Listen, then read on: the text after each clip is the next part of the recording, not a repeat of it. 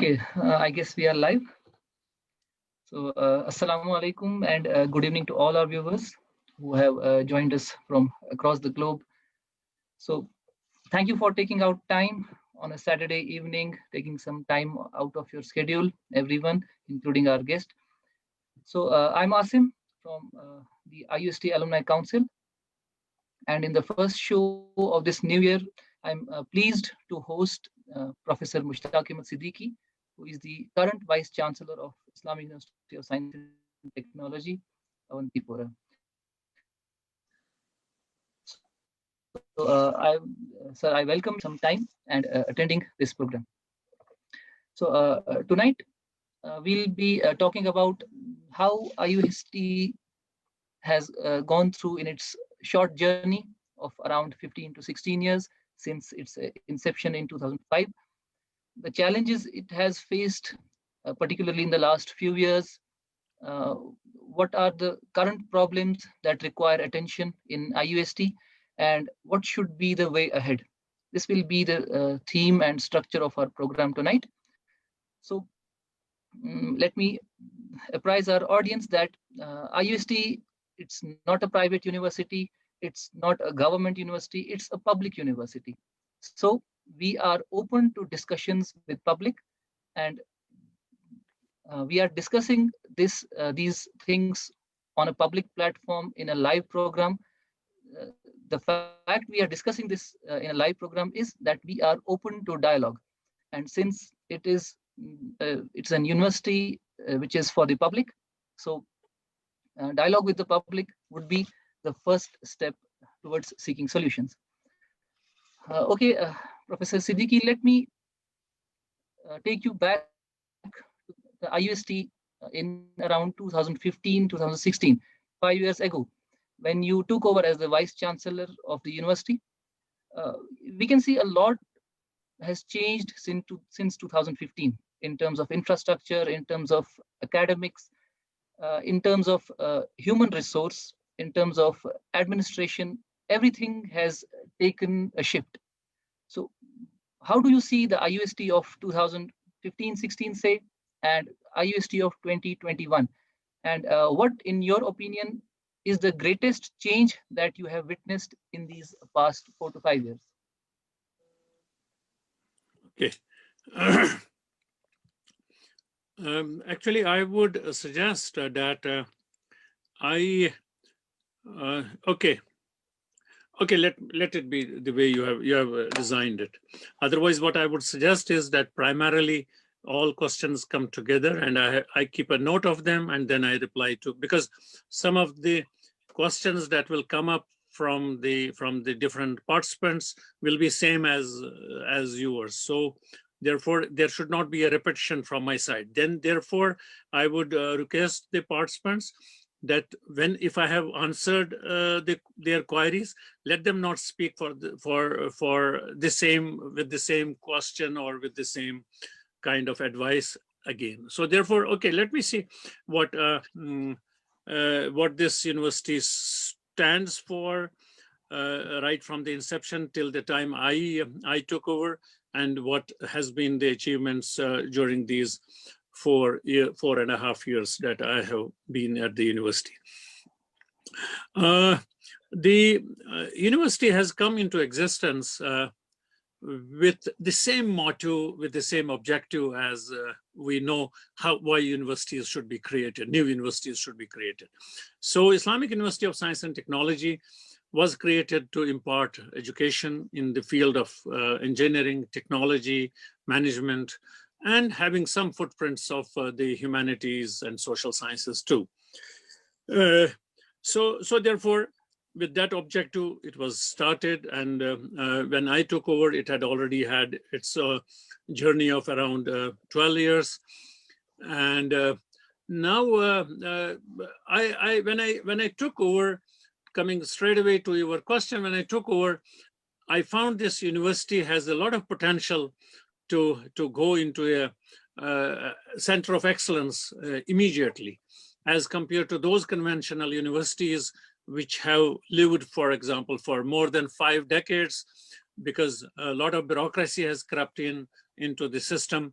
So therefore, if I compare it with the other sister universities of Jammu and Kashmir, I found Islamic University to have a lot of flexibility in bringing in changes, and especially if one had a vision, that we could bring in that vision into the practice. So now with this scenario, when I took over, what was the problems that I encountered initially?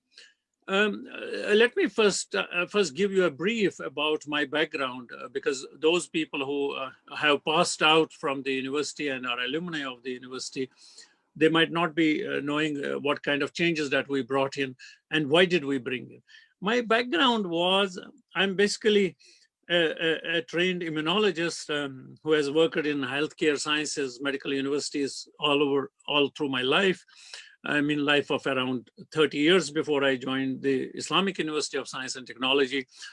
I had also an exposure of around spending 3 years in Japan and 5 years in Germany, having a lot of experience of teaching in these universities, Japanese as well as German universities. And I went to almost many countries in the world attending conferences, but that did not give me much advantage. The attending of the conference was just my personal growth, because through that I could actually discuss some my research issues, research problems, which I had taken up, especially in areas of HIV, AIDS disease.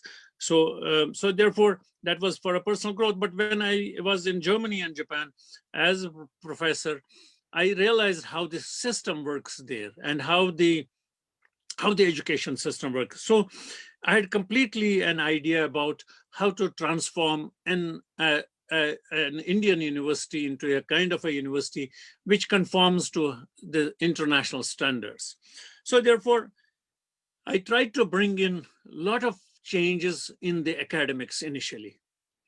But when I talked to the faculty, I want to bring in these changes, they simply asked me, my meetings with the heads of the departments and the faculty, which was present at that point of time, their response to my bringing in changes in the academics was, the response was that we are overwhelmed by teaching.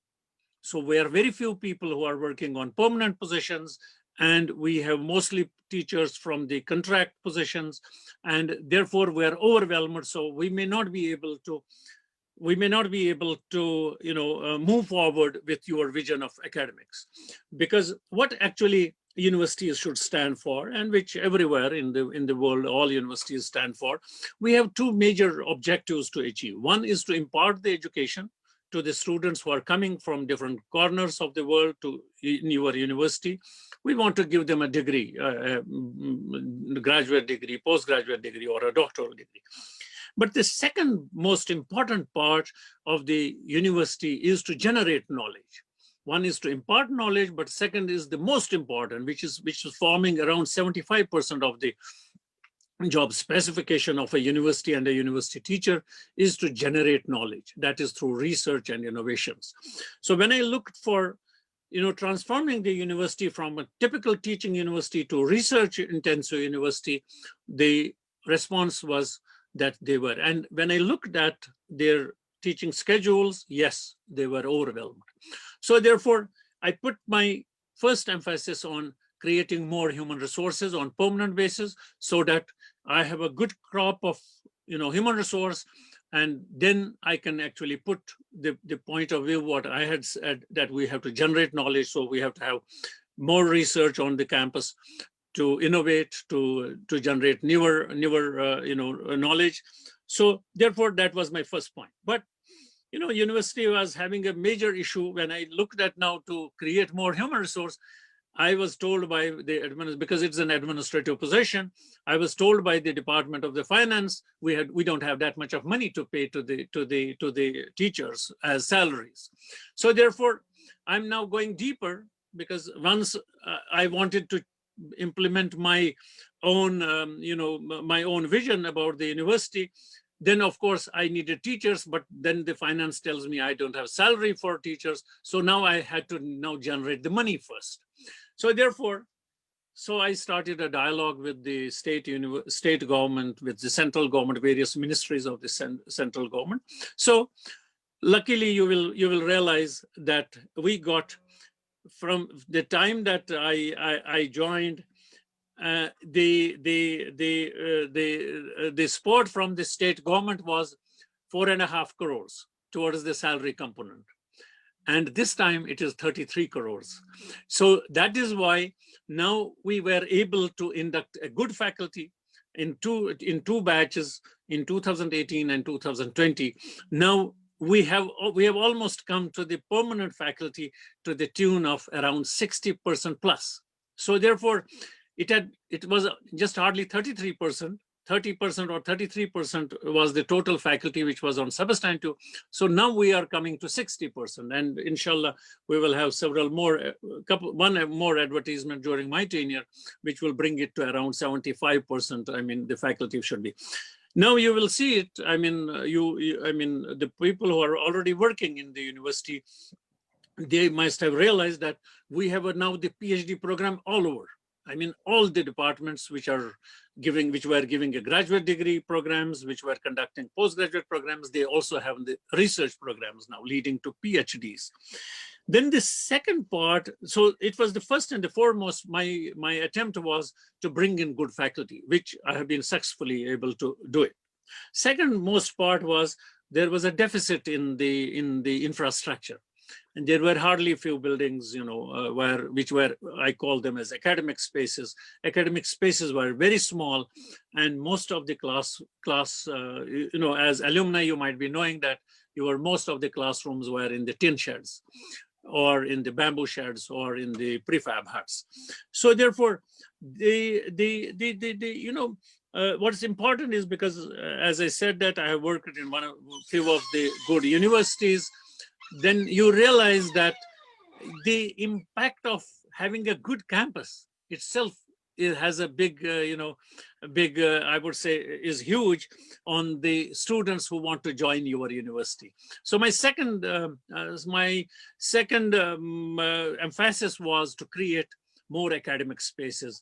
And mashallah, you will be definitely, I think, alumni, or as the people who are this time also the students of the university, they should be very much pleased that we created 19 buildings in a span of four years, and which will be adding to the 10 existing buildings over a period of 12 years. During 4.5 years, we completed almost, which either they are completed or they will be completed by March of this year, another 3 months time. We have added up 19 more buildings. So therefore, that is a huge jump from the deficit of the infrastructure to the present level. The third thing that has happened, which is very amusing to all of us, including me, who is a partner in the university at this point of time, is that we attracted good amount of grants from the Ministry of Human Resource Development. Now we call it Ministry of Education. And we got TCUP funding for engineering school. We got RUSA funding for the university. We got sports funding and all that. That helped to build up the good laboratories, whether they are engineering labs, they are science labs, or they are, other infrastructures. So therefore, university, if I look at 2 years before, university was at a very good level to take a flight in my vision, what I thought was very primary job of the university, to do a good amount of research, that to very, I would say, qualitatively good research. But unfortunately, we had the last 2019 issue, August 5 issue, and the university remained closed till today in the real mode. So therefore, that became an impediment for bringing a huge change in the academics. But I'm sure the still the academic reforms that we brought in through the changes in the statutes of the university, they are trying to show their effects. Like you might have seen that we have considerably got a good NIRF ranking this year, because this was the first time that we participated, and we got first time into the NIRF ranking between 150, 151. So therefore, that is a very good indicator. And then you will look at the real-time indicators. We have high qualifiers in the GATE now. We have high qualifiers in the NET. We have high qualifiers in the SET that allows them to gain admissions in higher studies or in jobs. So therefore, we have definitely good indicators that the path that we created in 2016 or 2015-16, it has started showing the results. Maybe we will continue with some more queries. Sure, sir. I was about to come to these questions, but you have, I guess you have already answered a major part of my queries. I have been a student during the tenure of the first Vice Chancellor and the second Vice Chancellor. And I have been a staff member under your tenure. So I'm glad to have seen all three tenures of the three Vice Chancellors we have had for this university. So indeed, IUST has achieved a lot since its inception. And the fact that we are being even compared to our sister universities in the state or even in India, which are decades old, it is itself an achievement for IUST. And the fact that we have featured in the NIRF rankings last year, we were in the band of 151 to 200 in the university category across India. It is indeed an achievement. Hopefully we fare better this time in 2021. I think the team is already on job. And the faculty members are receiving a lot of research grants, a lot of funding is coming in. Our students recently, around 80 to 90 of our students have secured internships in IITs and ISERs. That's great. The first time it has happened. So hopefully we continue on this trajectory. In the past few years, or in the first decade of the university since its inception, funding was a major bottleneck for development. And I guess it has been resolved to a major extent now. And obviously there is visible improvement in the infrastructure also. But one thing I would like to point out here is, don't you think we are crammed for space? New buildings are coming up in the university, but I think they are being built close to each other. There's, I guess, no improvement on the lines of land procurement. So what is the status of land procurement at this stage? See, I inherited a good university on one count. The count on which I inherited a good university was there was a lot of flexibility created by my predecessors for improving the university, because there were no rigid systems that had crept into the university administration or into the university academics.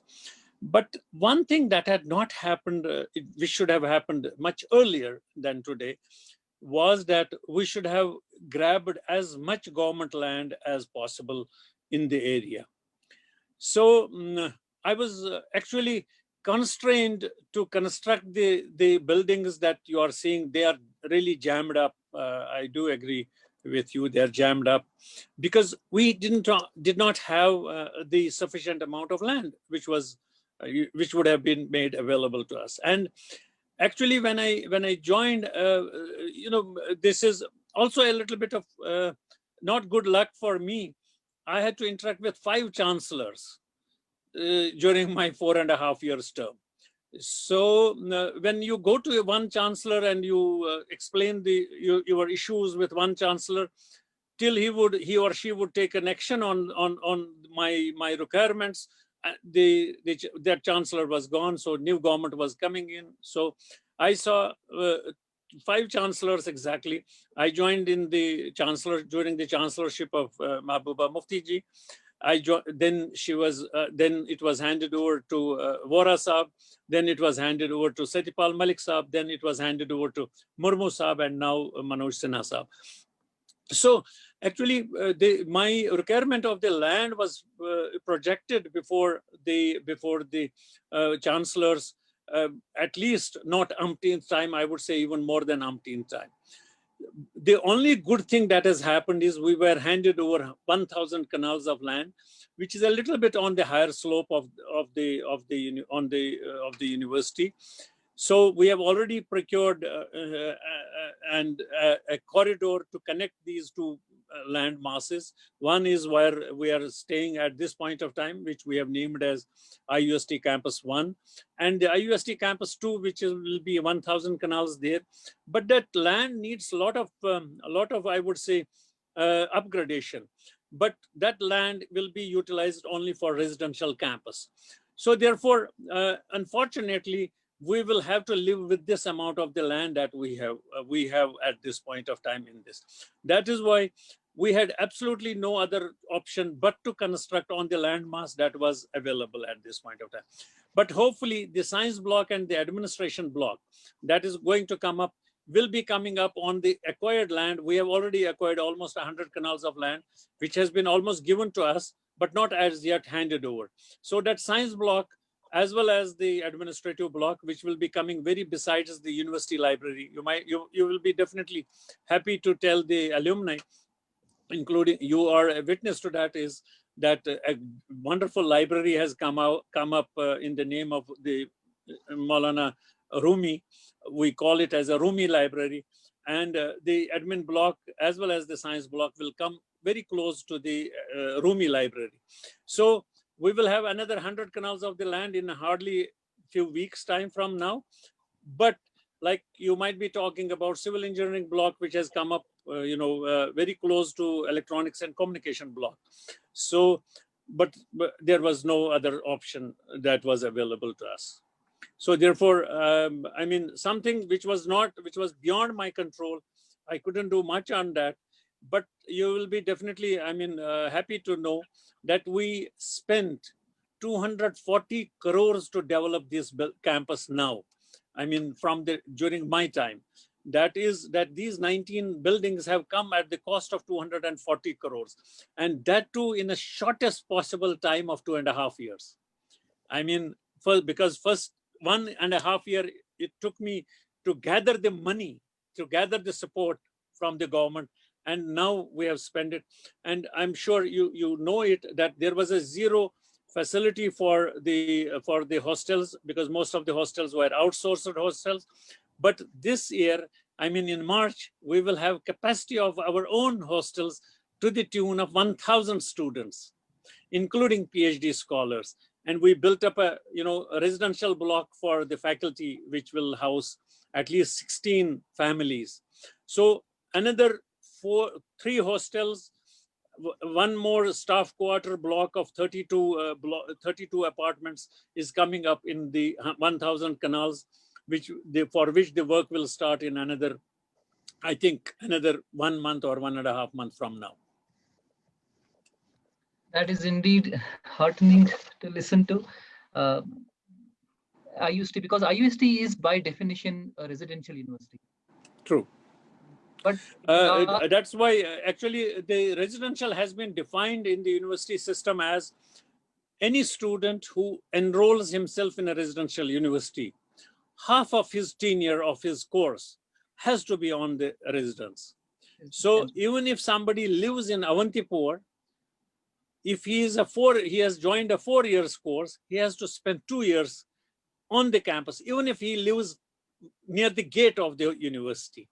So we are creating, actually, the 1,000 spaces have been already created. We are creating another 1,500 spaces, so that, because this time our student roll is 4,500. 4,500. So we need at least 2,500 students to be on the campus. So therefore, that will give us a lot of advantages. The vision that we put up together with all my staff, administrative as well as the teaching staff, is to make a campus very attractive for academics. See, once it becomes a residential university, you might have, there are so many alumni who are actually this time enrolled or they're working in different universities in the world. A residential campus makes a totally different atmosphere on the campus. So the universities, especially during good weather days, remains open up to 9 o'clock, 10 o'clock.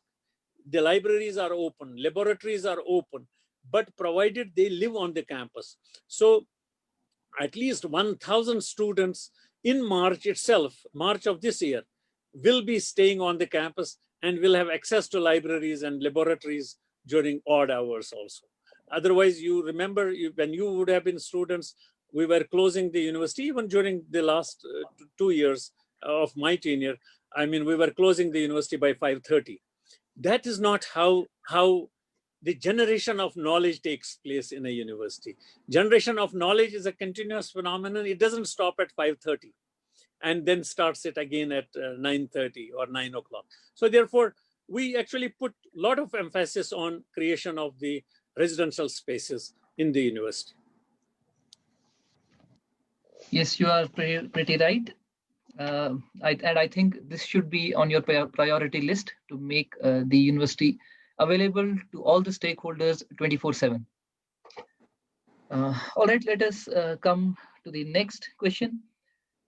We see that in the last few years, a lot of young blood has come to the university in terms of staff, in terms of faculty members, and we have seen very good additions in teaching and non-teaching staff in the last few years. So what, according to you, are the growth opportunities for them at IUST, given the fact that the ones who are already serving as faculty members have, I guess, very limited access to growth opportunities. Some faculty members, which have served for around 13 years now, are still languishing as assistant professors. At other places, they would have been promoted to, say, professors in around 15 years. So what's your take on this? You see, that's why there are a lot of issues which were not, happening in the university, which could have made them eligible for higher promotions and higher status.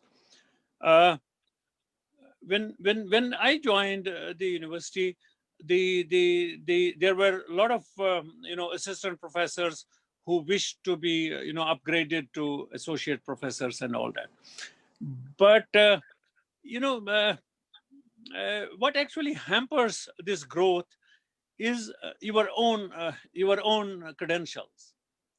For example, UGC has given us very clear-cut guidelines now on CAS, that is Career Advancement Scheme, or for the open advertisement selection criteria. So once it happens, then you have to score some kind of APIs, on a score. So therefore, because as I said that teachers were overwhelmed by teaching, they did not spend much time on research. So their credentials to get upgraded became weak. So therefore, it's very high time that the people who have joined in 2018 or who have joined in 2020, they should also take care of their own interests. So you see, it's very important that to take care of everybody else's interest, but their own interest is also very important. For example, what I'm trying to say is they should publish good work that gives them an advantage. Another point was, because since this university was not actually in a way a university that time, because we had most of the programs with graduate or postgraduate academic programs. So we didn't have the PhD program. When you want to become an associate professor, you should have guided the PhD scholars. When we didn't have itself, the university did not initiate any PhD program in their departments, how could they get those API scores? So therefore, we have put everything in place. Now, possibly my wish is that this year, we are going to upgrade in another 1 month's time. We are going to upgrade around 15 assistant professors to associate professors. So therefore, that will make definitely university in a better, I would say, a higher, at higher positions. The faculty will be at the higher position. But at the same time, I would suggest to all the faculty members of the IUST that they should concentrate on publishing good work. It helps the university, it helps them individually. So that's one of the main reasons why they could not actually make it to higher positions, because of some of the deficiencies that was not created by them totally, but that was created by the system, because they were overwhelmed with teachers, so they did not concentrate on research. They didn't have a PhD program because university was concentrating on generating finances through engineering and management schools only. So therefore, since we have now a very good financial position, that I'm sure the teachers, we will have enough number of teachers will have enough time to concentrate on their increasing their research profiles. Sure, sir. But I remember a case of faculty members from the management department. They were eligible for promotion. There was the file was sent to the chancellor, but because of some mistakes from the administration side, I guess the registry, their file came back after 1 year. With that means they lost a year of their promotion. So don't you No, think? it was. Let me clarify that issue. It was a issue which was something. There was a clash of statutes, a clash of the statutes of the university with the UGC. It was not that administration made any mistake. Let it be very clear to all the stakeholders. There was absolutely no deficiency on the part of the university. University statutes were not in tune with the UGC guidelines. When these cases went for approval to the Chancellor's office, because we had conformed to the IUST statutes.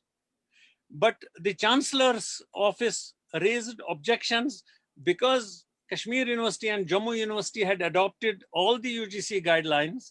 Therefore, they were looking it from the UGC guidelines.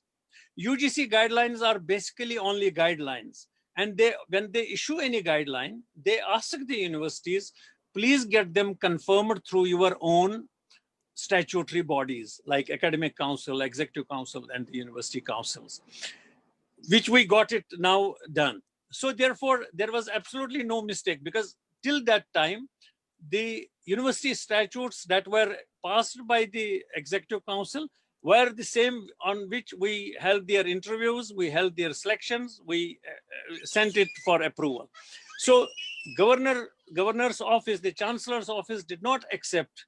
They said, you please amend your statutes in tune with UGC, which we did it. And now they will not lose any time, because they still are having the same effective time as they are having earlier, because the cases were not rejected on the basis of selection process. Cases were rejected only because we had not followed the UGC guidelines. Now they have asked us to follow UGC guidelines, but the effective time of promotion will be the same as they deserve.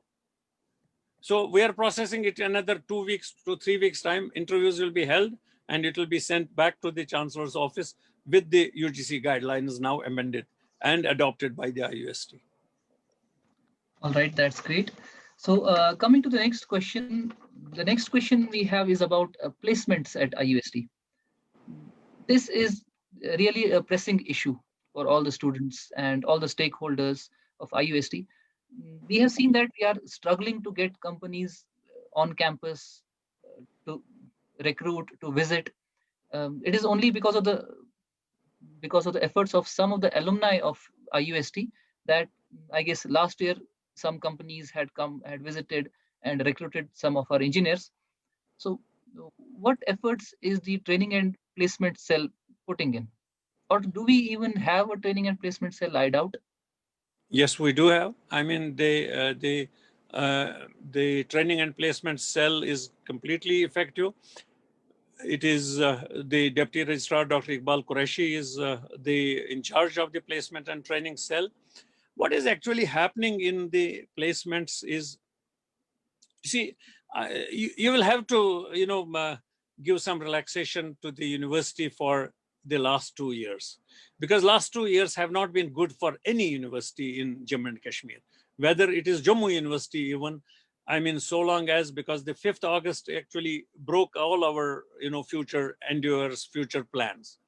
Okay. And since then we are still recovering. Then we came through COVID and all that.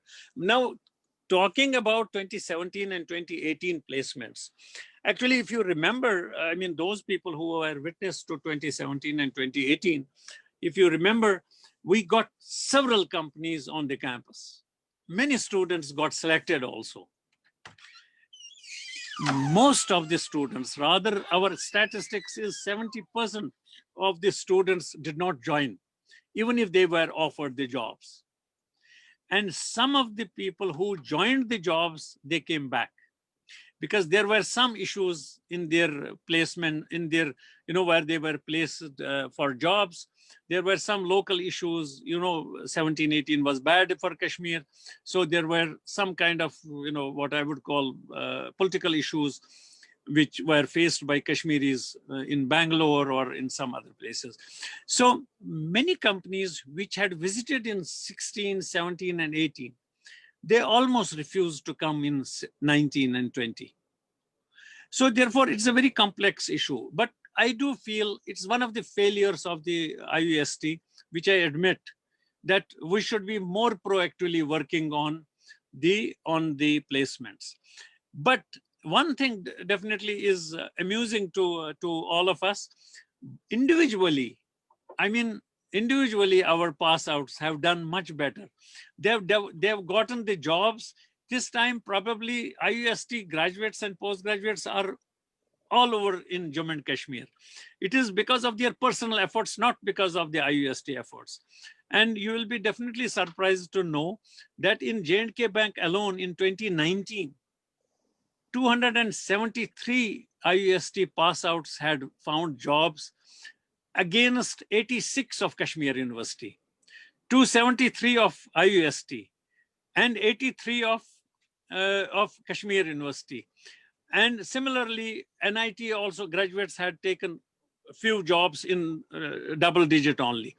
But this is probably also important to know that our student community, which is a pass out community, as well as the current student community, they are really good. I mean, by all standards, they are good to make their own efforts to get placements. But I do believe IUST has to put some more efforts, more effective efforts to make placements a real success, so that especially I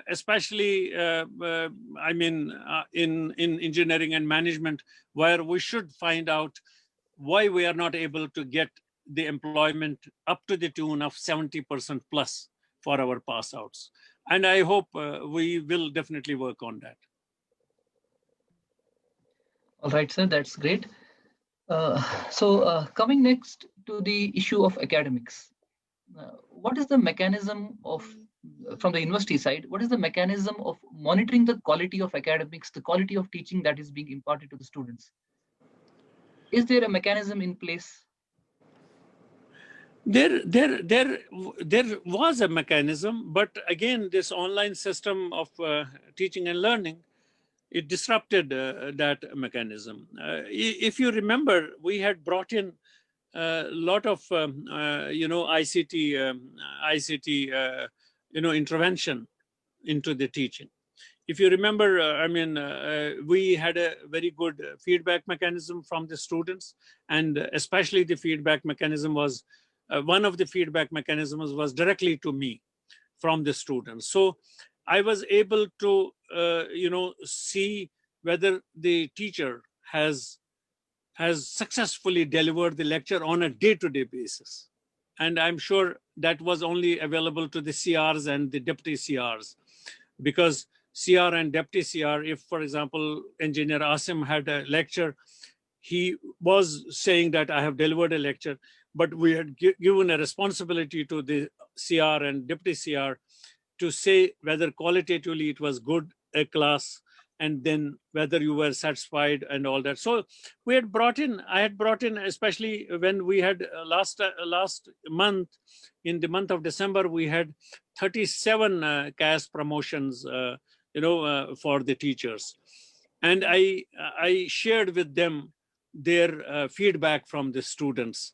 And this became as one of the criteria for promoting a faculty member. And if he was having a bad feedback from the student, we did share that also with him. So therefore, ICT, we had brought in the ICT intervention, but because of this online system and all that, because most of the students complained during this this period of 5th August till date, either they had no access to internet, or if they had, it was a low speed internet. And then because of the search operations and all that, some pockets were depleted of the internet access and all that. So therefore, this ICT intervention for me was a good initiative, but it flopped because of the factors which were not within our control. But still, we are struggling at the academics, dean academics level, to see that every teacher is accountable for his teaching, and every teacher is delivering qualitatively good teaching. And you will be definitely happy to know, even online classes, we made an average of the time that they delivered the class, and 2 of the teachers had hardly delivered for 5 minutes per lecture, and they were reprimanded for that. So therefore, we are conscious of these factors, because if you have a vision to develop a research intensive university, you need to have good graduates first. You need to have good postgraduates. You need to have good PhD students.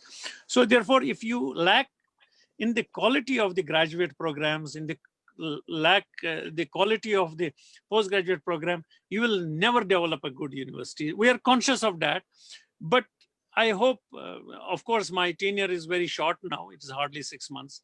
I hope that the path that we have created will definitely bring in a lot of accountability in academics. Accountability does not mean in terms of, in terms of making people accountable negatively, but it is to promote the meritocracy and to not to promote the mediocrity. All right, that's great. I may not agree with you fully on the feedback system that is in place at IUST, because the data which you get in terms of feedback may be flawed. There has been a case a few years back wherein a teacher who was on contract, he made a deal with the students that you give me good feedback, I'll give you good marks, and that was actually working good for him. So it may exist in some case. Okay. There are 2 types of feedbacks. This feedback is known to the teacher, is known to the head of the department, but the feedback that I get is only known to me. So that is completely a different feedback. Because students did complain when I asked for the feedback. They did complain that we will become victim of sometimes of the wrath of a bad teacher if we give a real feedback. So therefore, you will look at in the IT department, they have a clause for Vice Chancellor's feedback. So I assured them it will never be shared with the teacher concerned. So therefore, the feedback that I have is completely confidential, and it is only between the student and the Vice Chancellor. So therefore, my feedback is not the feedback which is in the public domain. Public domain in the sense head of the department has access to it and the dean has access to that. It's not the one that is there. So therefore, this was invoked by me only because some of the students did say that we will become victims if we give the real feedback. So therefore, there are nice systems available in our IT section. I tell you, even today, the new semester that is going to happen from the 1st February, which has already started, but actual teaching will start from the 1st February. They have designed a really good system for monitoring the academics. So hopefully that becomes, that will be in place in another 3-4 days time. And then teachers will also adopt that and will also follow the guidelines of the IT. That will make us, everybody, accountable to the system rather than to the vice chancellor or to the head of the department. So actually we have tried, what I have tried as a vice chancellor is that whatever reforms we bring in, those are institutionalized. They should not go away because I will be tomorrow out of that office. So because somebody else will not be as tech savvy, for example, like me. So these reforms should not vanish because of that.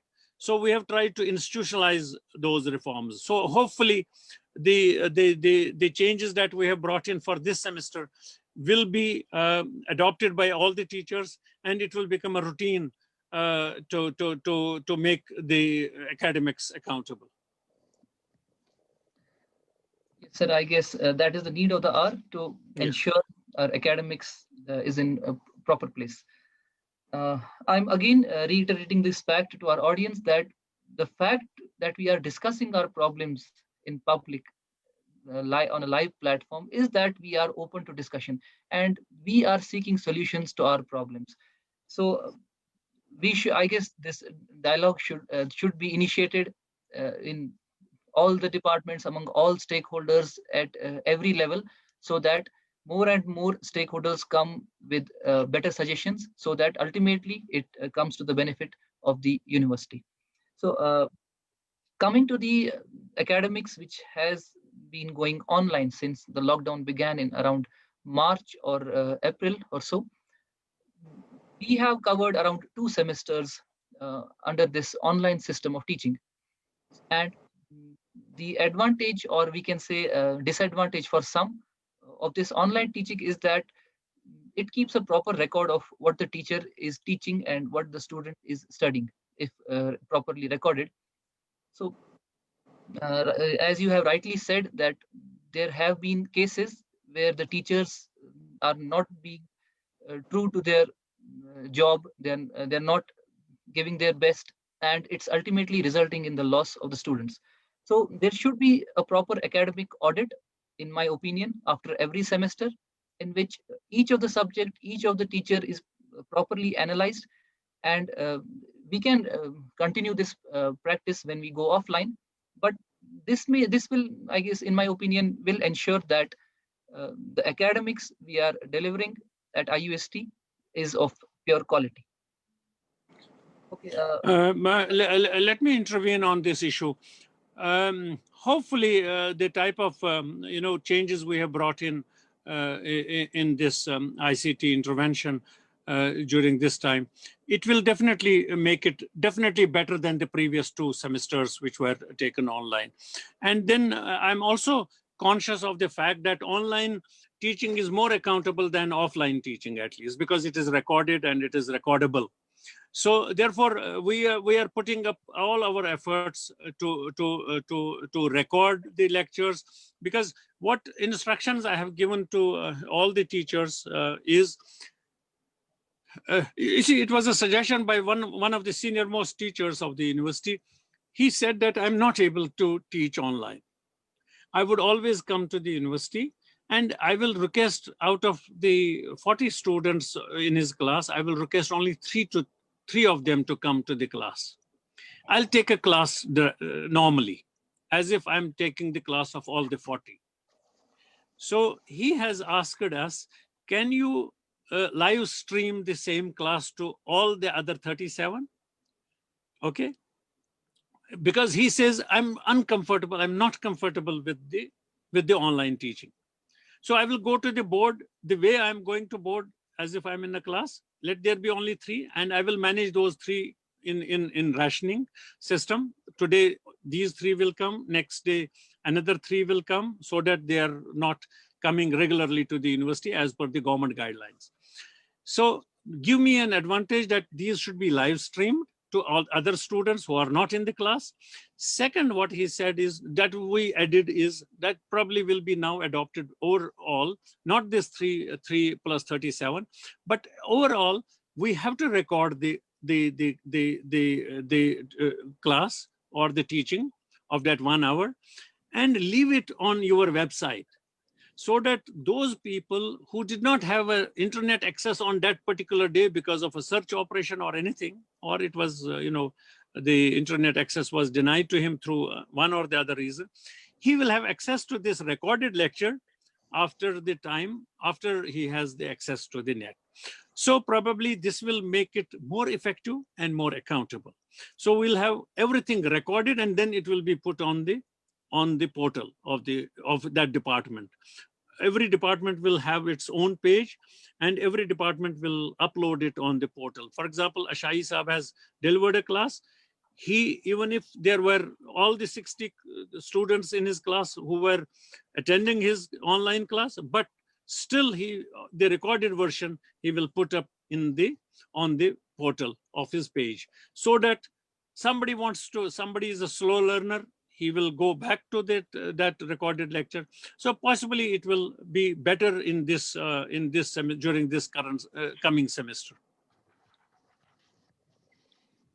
All right, that's again great to listen from you. Hopefully this pandemic changes us for good. Coming to the next issue of information dissemination at IUST. In my opinion, the dissemination of information is not proper, or not really structured, I would say. A lot of times it happens that the staff and faculty members get to know about a decision of the university through students.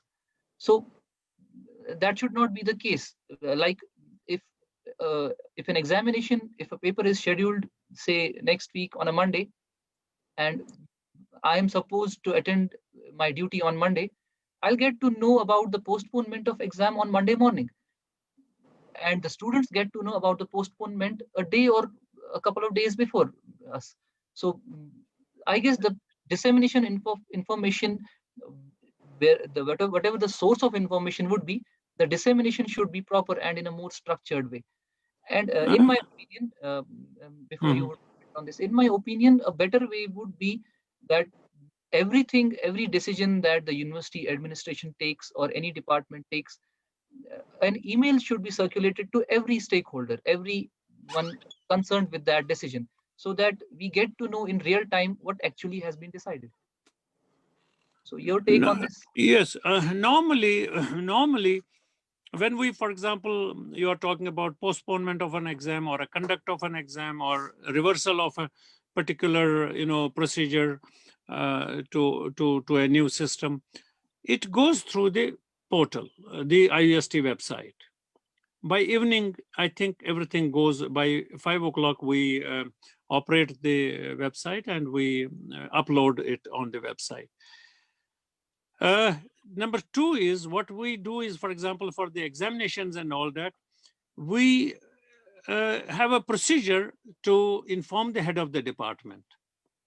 Because head of the department says that we are operating the WhatsApp groups for the dissemination of information of that particular department. So therefore, probably either there is something which is missing in between for example, controller's office and the head of the department. But most of the decisions or the notifications that are issued by controller or dean academic affairs or deans of various departments, it is projected on the website by 5 or 5:30 of the same day. That we ensure. I think if you think that we are weak there, we will try to find out better ways. We have this time, given the responsibility of public relations to Dr. Monisa Qadri of the journalism department, simply to assist the PR cell which is not a very big cell because it is operating in the Vice Chancellor's office only, the PR cell. But we are getting assistance from the Dr. Monisa Qadri of the journalism department to have more disseminations about our activities or informations. And we have two things that actually should be utilized, and because social media is being utilized more often nowadays. One of them is the Facebook page, which is the official Facebook page. I don't think many people are actually opening up that official Facebook page of the university. most of the information we send to Dr. Munisa Qadri, who operates this Facebook page this time, immediately after a decision has been taken. So therefore, probably what is important, instead that we send through emails only, because Facebooks and the WhatsApps are more effective means than emails, probably. Students or the stakeholders, like what you are saying, like you are not getting the information, please open or be on the Facebook of the university, which is the official Facebook page, more constantly, to see everything is there usually.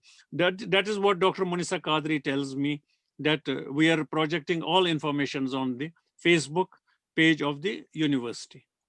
So still, if there is a you think there is still scope for improvement, there is always a scope for improvement. I do believe that, and we will improve this to have a more effective communication.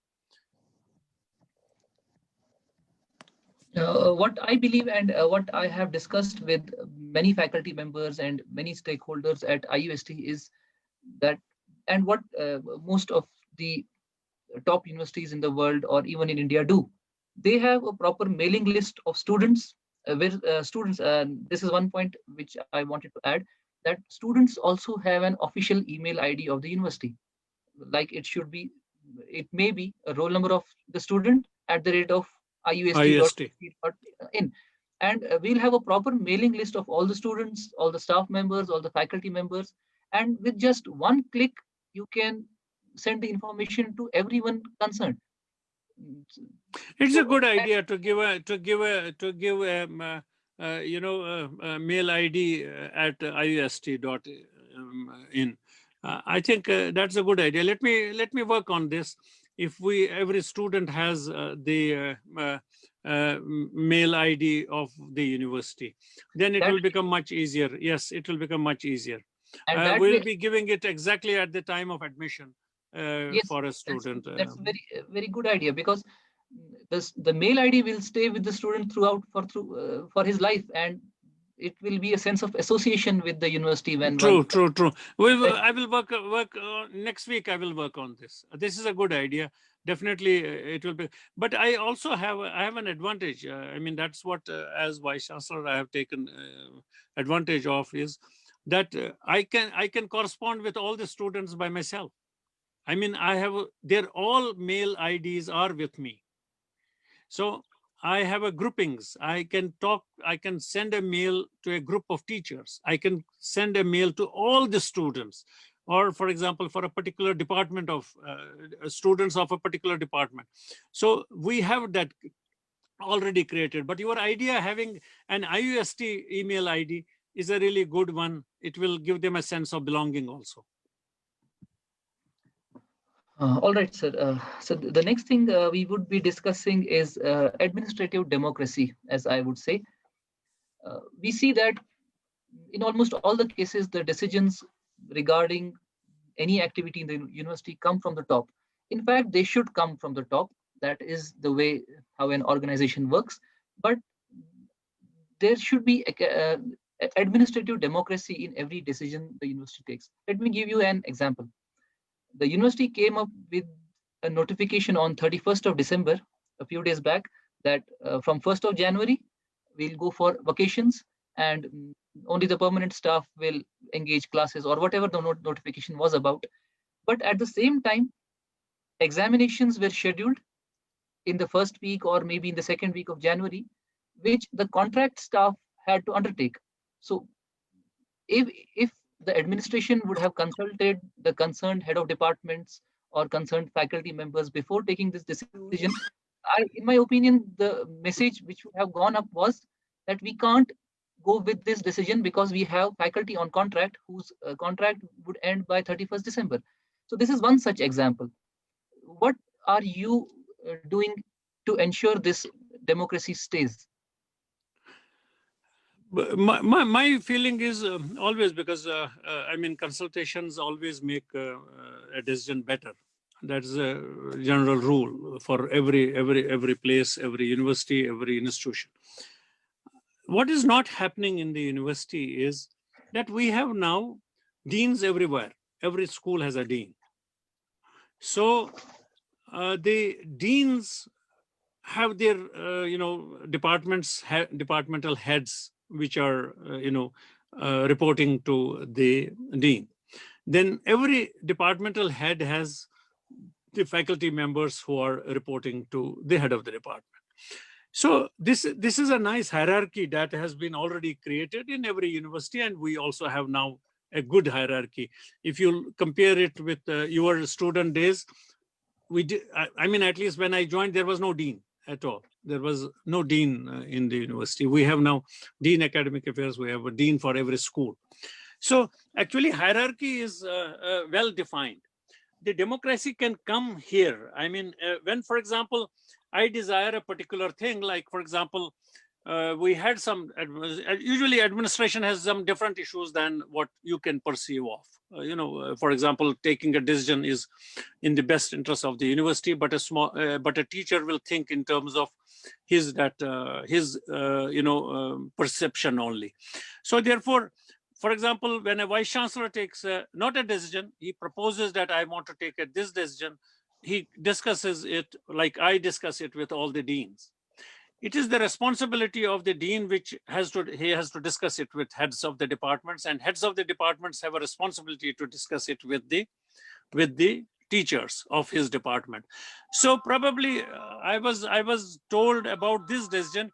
There was not much consultations, but some of the decision that ultimately we did a course correction. For example, we did a course correction. You might have seen that we completely abrogated the teaching, because I realized, yes, there were genuine real-time, problems on the ground. So we did a course correction. But actually, I personally also, as well as the administrator of the university, I believe in the democratic setup, and there is a good democratic setup already in place. I mean, faculty, head of the department, then dean reporting to dean academic affairs, and dean academic affairs, and all deans together make a dean's council in our university, and we take decisions. These decisions they were definitely taken within the dean's council of the university. But unfortunately, when I realized that there were some problems, so I had to intervene, and we course corrected the decision. Yes, actually, I will definitely tell you. Once I will, before I will leave, I will share with all the faculty as well as the stakeholders. Actually, what I will do is I will make a list of successes and the failures. One of my failures is that I couldn't do much about the academics, because I had a lot of experience of handling European universities as a professor, as well as Japanese universities, which are considered to be really, they may not have as many Nobel laureates as US has, but these two countries have a very good educational system. And I was lucky to have the concept of how good universities can be created. And the reason why I failed in developing good high-end academics is because the time did not support me. When I joined, happened the Burhanwani case. For 6 months, whole university was closed, hardly after 1 month of joining. 17 and 18 were very turbulent times within the universities, but still we worked. 19 and 20, everybody knows about it. Actually, this democratic setup, what you are talking about, I would have developed very much better democratic setups within the universities, because the type of democratic setup they have made in the European universities, especially in the Heidelberg University where I worked, is a wonderful model that I would have created. But I did not get, as an individual, I did not get that time to implement those kinds of ideas in the university. Because how you develop those systems is when all faculty, when all students are on the campus. Then you develop a plan, you have an idea, you develop a plan, you execute that plan, and that plan is executable by the students and the teachers. That I would say that effective time did not support me It did support me for 4.5 years, but it did not support me. But you will definitely appreciate, but still, whatever the bad times we got, still we developed certain of the good things in the university, like infrastructure development, induction of the faculty, creation of research cadre in the university. And then also, you see, you will also appreciate what we did, what was in my agenda and which we worked in the university, that is still to be executed. We created a new cadre of technical assistantship in the engineering and science departments, because most of the teachers are like you, are busy in teaching theory classes. So therefore, you get very little time to skill the students on your practical laboratories and all that. So I created a new cadre of junior technical assistant, senior technical assistant, and technical officers who will be assisting the teacher in skilling the techniques of that course. So we have created already, I think, 32 posts of these technical cadres in technical departments, in engineering and science departments. That will also help in a big way for imparting skill trainings alongside the normal education. So if you look at the NEP 2020, which was released just in 2020, we thought about it in 2016. The creation of this cadre of technical assistantship was to impart skilling within the course. That is the vocationalization of the mainstream education. So therefore, we were on the path, but as you are now, we come back to the democratization of the university systems. Yes, I do agree. Every stakeholder has stakes in good academics. And unless and until the administration helps in promoting meritocracy and discouraging mediocrity, no university can survive in the future. Therefore, it was my dream, which to a large extent I have been able to achieve, to encourage meritocracy. And meritocracy means also democratization, because I tell you, if somebody has come on merit, he is a very strong stakeholder. If somebody has come on mediocrity, he does not find himself as a stakeholder. So therefore, stakeholding and meritocracy has a very strong relationship. In my viewpoint, yes, there should be much more democratization of the decision-making systems than what it is prevailing at this point of time. I'm glad to hear that from you. So now we have some questions which some of our viewers How long we will continue? Around 10 minutes more. Okay, go ahead. Okay, the first one is about the convocation. Yes. And some have been calling it as an issue because IUST has been trying hard to have a convocation for a long time now. So what exactly are the difficulties we are facing? And one more question I want to add to it, that a recent notification says that only gold medalists and merit holders will be invited. So it is understood that under such situations, only a few people would gather, but convocation is an emotional connect between the alumni and the university. So it would be unfair not to call everyone. So what's your take on this? Firstly, let me come to convocation. Actually, we started working on it in 2017, and actually the chief guest was also invited by the then chancellor, and I met him, and everything was decided.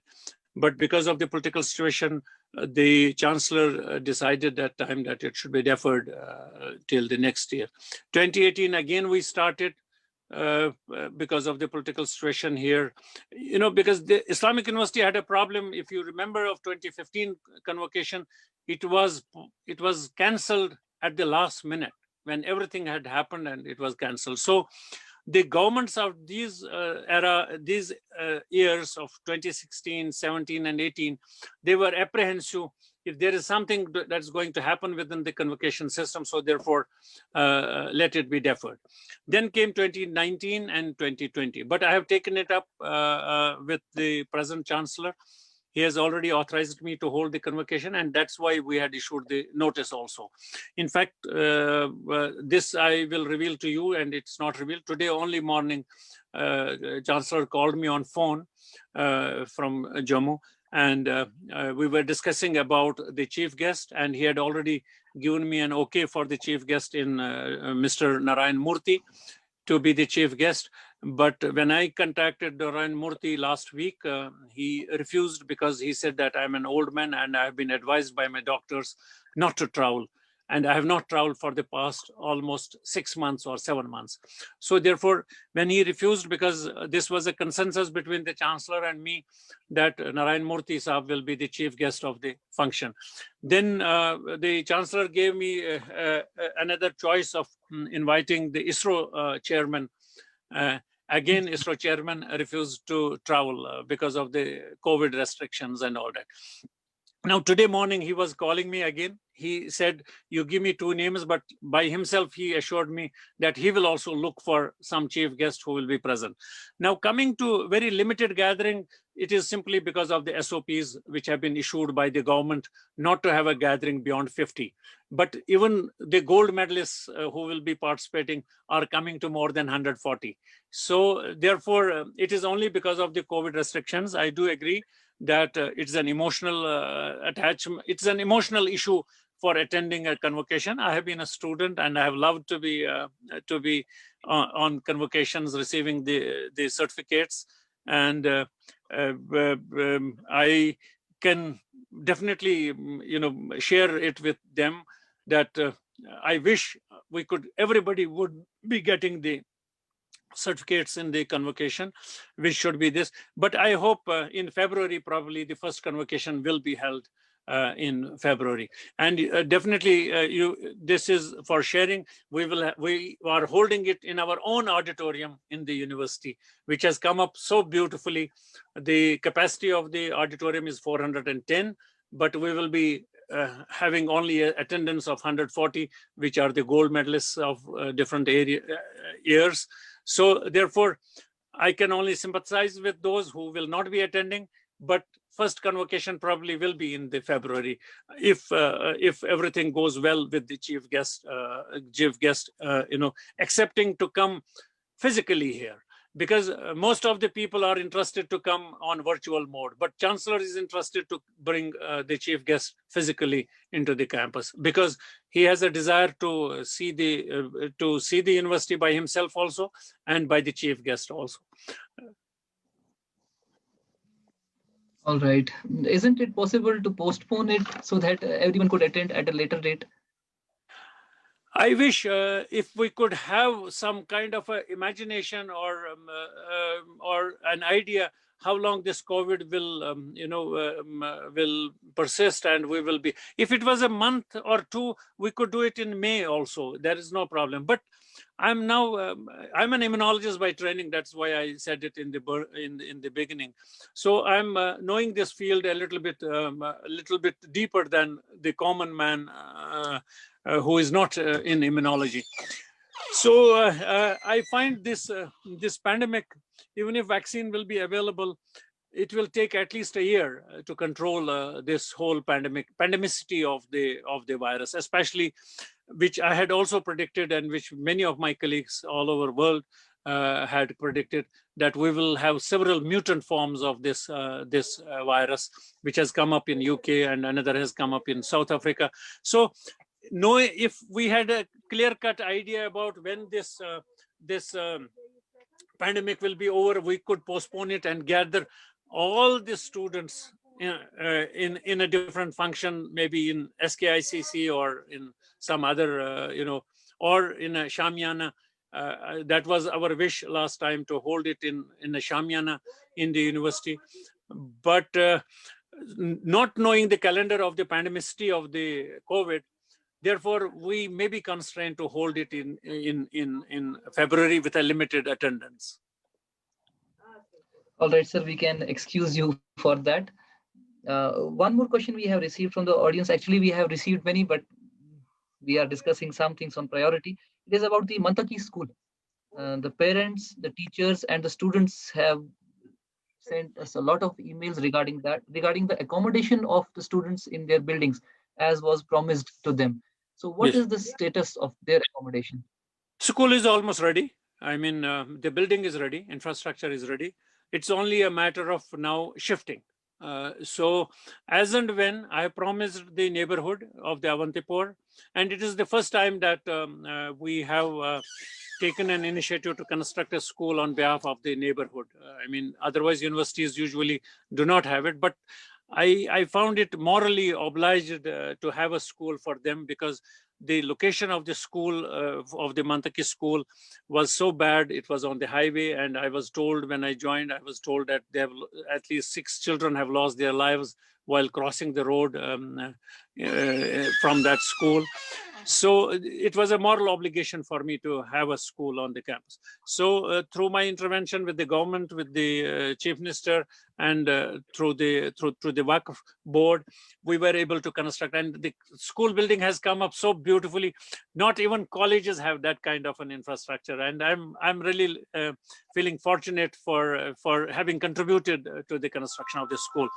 Definitely, as and when the schools will open, they will open in this very building only. But what is actually going to happen before that is, that's the paperwork. There has got to be a kind of an MOU between the Waqf and the university about the management of the school. Our wish is that the school should be managed by the university.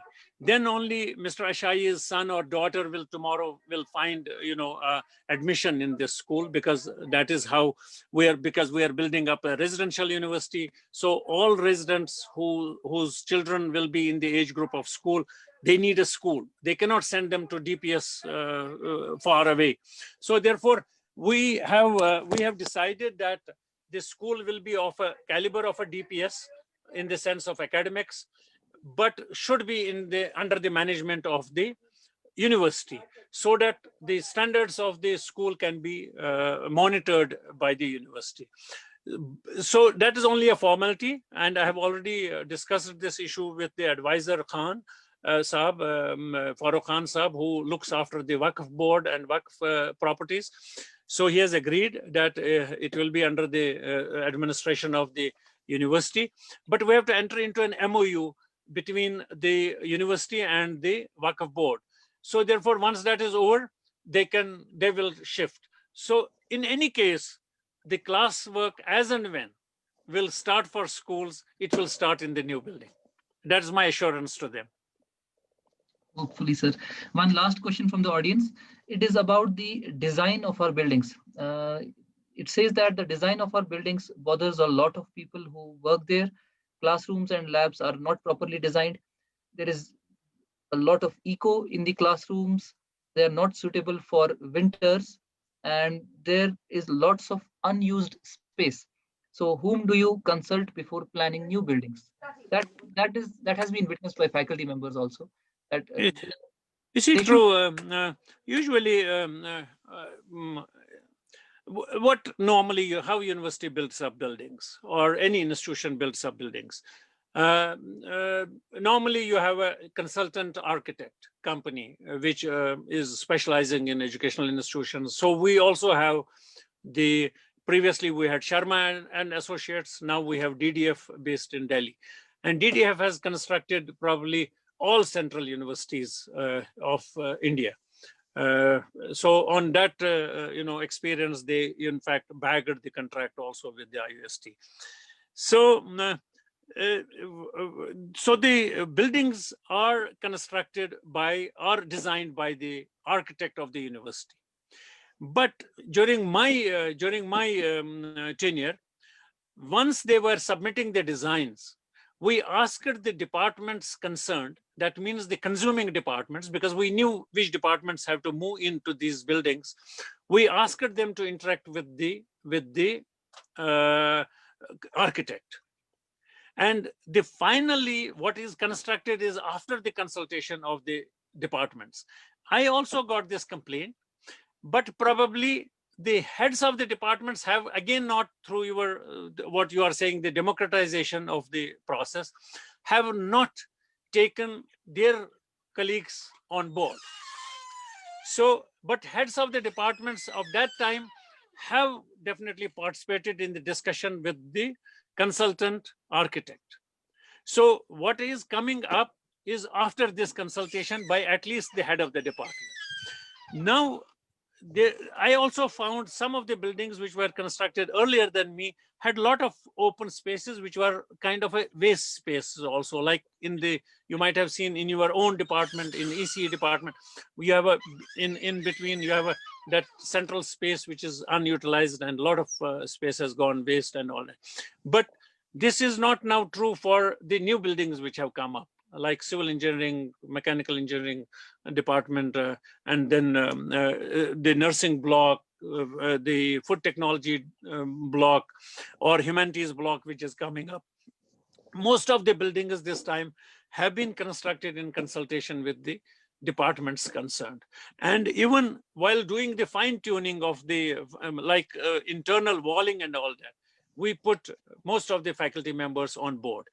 Definitely issue is of echoing of this. I have asked the civil engineering department, at least for the new buildings, that there will be no echoing, because they are actually looking after that echo problem, because they are breaking that echo through some interventions. And for the old buildings which have come up, they will be, once this will be effective, this mechanism to stop this echoing in a particular lab or in a particular classroom, that will be replicated in the old buildings also, because they put some perforated boards in between some walls, in between these tiles, 2 layers of tiles. So once it happens in the new buildings, that will be replicated to the old buildings also, so that wherever there is echo, we have to actually take care of that echo. Hopefully the classroom experience becomes better in these new buildings. So one last thing from my side is that I'll quote you on this, that every person assuming an office inherits some assets and some liabilities. So what assets and liabilities would you pass on to the one who will assume office after you? I will be leaving the university with the best asset of human resource. That will be my first and the foremost, because human resource, is the vehicle of change. Vehicle of the change is not the infrastructure. You see, in hardly 4.5 years, I was able to do a massive construction, but it is just one person who did it. So therefore, if the university has 100 people like me, you can now imagine what changes they can bring in. They will multiply it by 100 times. So I will leave the university with a major asset of a good human resource, which was already there when I had joined. Then I almost increased by 110%. I mean, the human resource at the teaching level, and almost very little on the non-teaching side. But on the teaching side, my wish was to induct more and more faculty. So this is my first and the foremost asset. Second is, whenever the universities look for expansion, what do you need? You need academic spaces.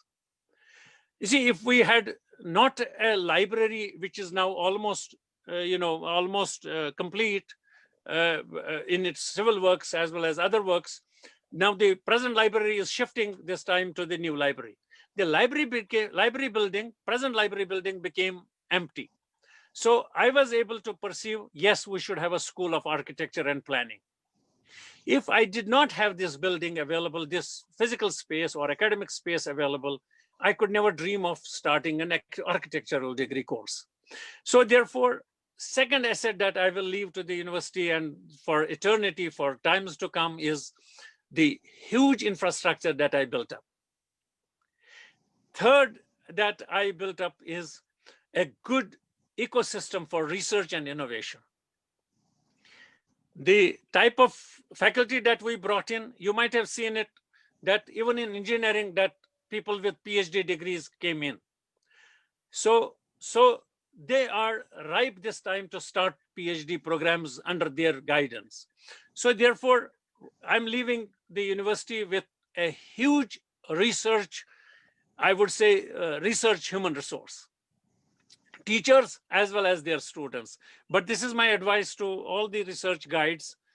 Don't take a student for the sake of a studentship. Take a student if he really fulfills the criteria of being a good researcher. Don't fill up the seats because you have unfilled, a seat. So therefore, I'm leaving this university with a huge, asset. Liabilities we have brought in at a very small level. As I said in my previous lectures also, and today also, everybody inherits assets and liabilities, but anybody who will be my successor will have huge assets, will have minimum liabilities. And what are now those liabilities? Now, if you want me to define those liabilities, I would say that the type of exposure that I had, I was not able to institutionalize them on academic front. So if I had got a time which was very suitable time for me, I would have institutionalized it. There would have been no liability for the university at all. All right, sir. Your concluding remarks and any advice for I would only my best wishes for the alumni as well as for the present student community of the university. I know that university is in the best hands because, as I said, what you said about the assets and the liabilities, I know university is in the best hands because we have, without fail, we have encouraged the merit. And I'm sure the opponents of the universities also believe that we have not compromised on the quality of the human resource in the university. So this is what I perceive, that the university is on the path of excellence and it will definitely achieve excellence. And I'm sure if the NAC happens under my tenure only, which is likely to happen, we will be definitely getting A+. I tell you. So therefore, with these assets, university is in the best hands. That is one part. Second is, I would suggest to students to be more proactive, because we do not want to only create students for the sake of studentship. I want Islamic University of Science and Technology to produce leaders from their own respective fields. They are not only, because I know the worth of a student, worth of a youth. I wish they spend more time in academics and in sports, to especially be under the present times, because COVID also makes us a little bit mentally disturbed and all that. So in addition, here I want to add up, the university has already completed a project of the Ministry for Sports. It will be the only university in the northern India to have the athletic track, the athletic track of the international standard.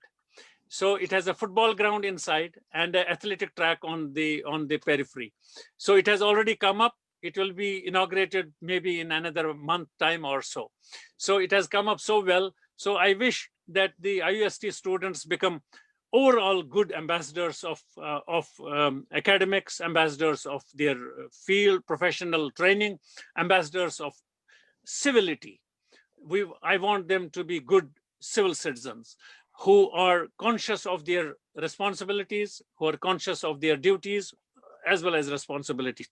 It's very important to be a conscientious civil society, and IUST alumni as well as IUST students should contribute to that society. In the end, I would only request this council, IUST council, will you please hold such programs on the platform of the association, which is a registered association. Please merge it with the Islamic. It is your association. It's not our association. It is now completely, it is also registered as a society. IUST alumni can hold any program, any activity without intervention of the university. please, it's a very good initiative. That's why I asked you. I will definitely participate in this council meeting. It should be the first and the last on the council, but merge it with the association. It is yours.